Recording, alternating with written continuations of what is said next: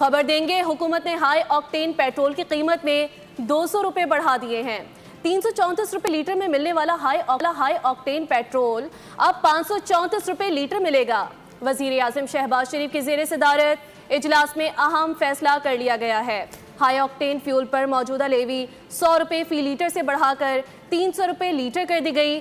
फैसले के बाद हुकूमत को तकरीबन 9 अरब रुपए माहाना बचत मुतवक्के है। हुकूमत ने हाई ऑक्टेन पेट्रोल की कीमत में 200 रुपए बढ़ा दिए हैं। 334 रुपए लीटर मिलने वाला हाई ऑक्टेन पेट्रोल अब 534 रुपए लीटर मिलेगा।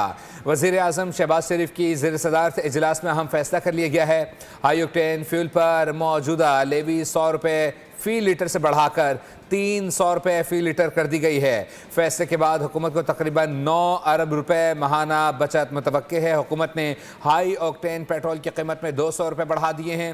334 रुपए लीटर मिलने वाला हाई ऑक्टेन पेट्रोल अब 534 रुपए लीटर मिलेगा।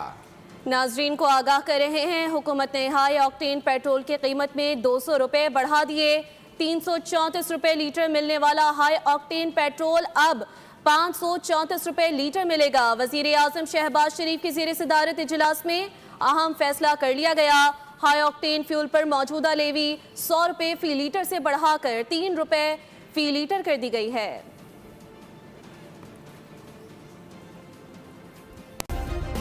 सब्सक्राइब करें और बेल दबाएं ताकि कोई खबर रह न जाए।